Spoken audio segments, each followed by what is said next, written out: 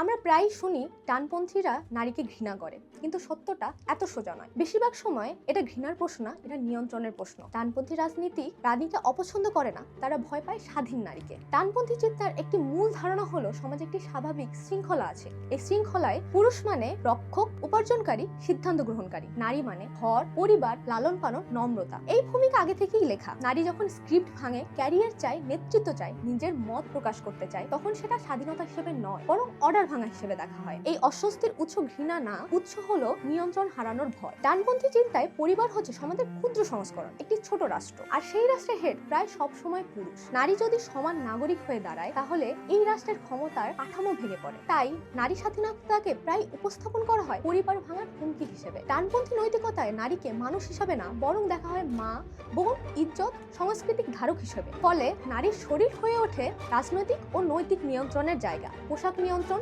চলাফেরা নিয়ন্ত্রণ, যৌনতা নিয়ন্ত্রণ, এসবকে বলা হয় সুরক্ষা, কিন্তু বাস্তবে এগুলো সম্মান না, এগুলো কন্ট্রোল সিস্টেম। স্বাধীন নারী শুধু নিজের জীবনই চালায় না, সে প্রশ্ন করে ধর্মীয় ব্যাখ্যা নিয়ে, সামাজিক নিয়ম নিয়ে, ক্ষমতার বৈধতা নিয়ে। ডানপন্থী রাজনীতি প্রশ্ন চায় না, সে চায় প্রশ্নহীন আনুগত্য। এই কারণেই স্বাধীন নারী তাদের কাছে অস্বস্তিকর। শেষ কথা খুবই পরিষ্কার, এটা নারী বিদ্বেষের গল্প না, এটা ক্ষমতার ভারসাম্য বদলে যাওয়ার আতঙ্কের গল্প। সব ডানপন্থী ব্যক্তি নারী বিদ্বেষী না, অনেকে সত্যি মনে করেন তারা নারীকে সম্মান করছেন, কিন্তু যে সম্মান নারীকে স্বাধীন মানুষ না বানিয়ে নির্দিষ্ট ভূমিকা আটকে রাখে, সেটা সম্মান না, সেটাই নিয়ন্ত্রণ।